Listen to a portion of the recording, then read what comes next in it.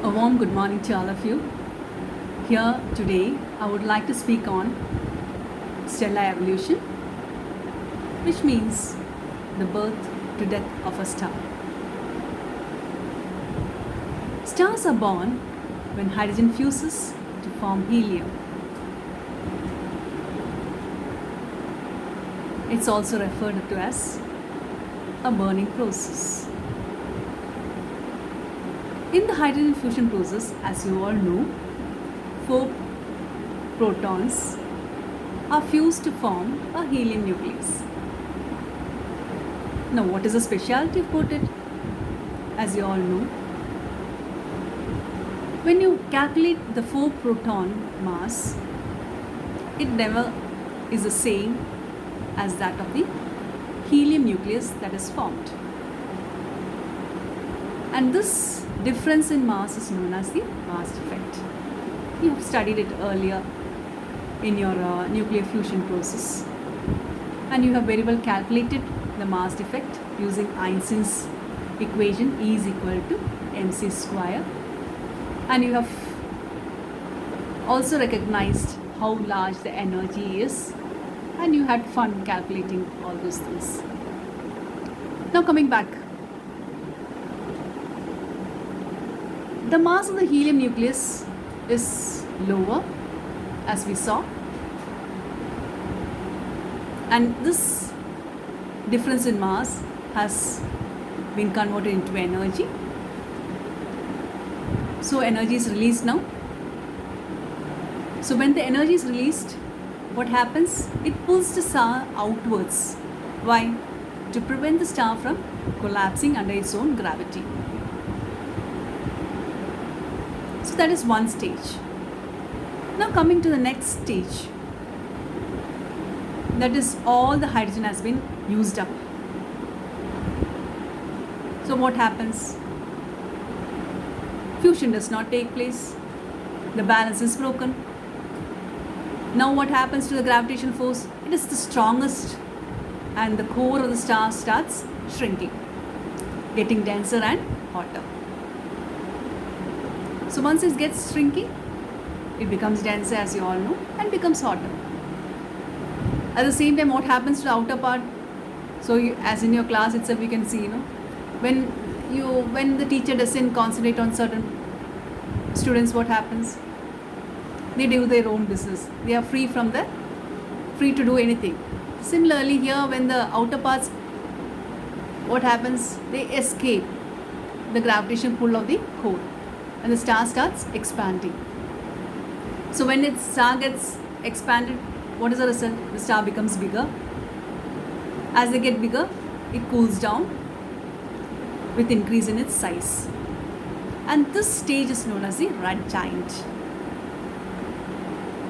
Now coming to the next stage. The core is very hot. As we told earlier, it's because of its density, increase in density. Now it will reach a condition when the helium, which is leftover helium, gets fused into carbon. So for almost all the stars, the fusion process ends because the core of the solar mass star will never reach a condition for fusing the carbon. So the outer part of the star will be so big that its outer layers escape the gravitational pull from the center and disperse into the space. Now what is left behind? The bare carbon core at the center of the star, and this is known as a white dwarf. Now what is the result of a very hottest or massive star? We know that carbon is left over, that is helium gets fused into carbon, and these fusion continues, and they are left with the iron cores. But this iron core requires much more energy to fuse than any other elements. So it demands energy than providing energy. Therefore, the iron core does not fuse into another element and the star stops generating energy. Now, the gravitation force overwhelms the outward push from the energy generated by the fusion. As a result, the core of the star collapses and releases energy to blow apart the rest of the star. This is known as the supernova explosion. They are bright and also have so much energy that the iron can be fused into heavier elements during these explosions. Now, next stage, what after supernova? Only the core of the massive star is left behind, right? This then turns into either a neutron star or a black hole. That depends on the mass of the core, which is equated to either lower than 3 times the mass of the solar mass or higher than 3 times the solar mass. If it is lower than the 3 times solar mass,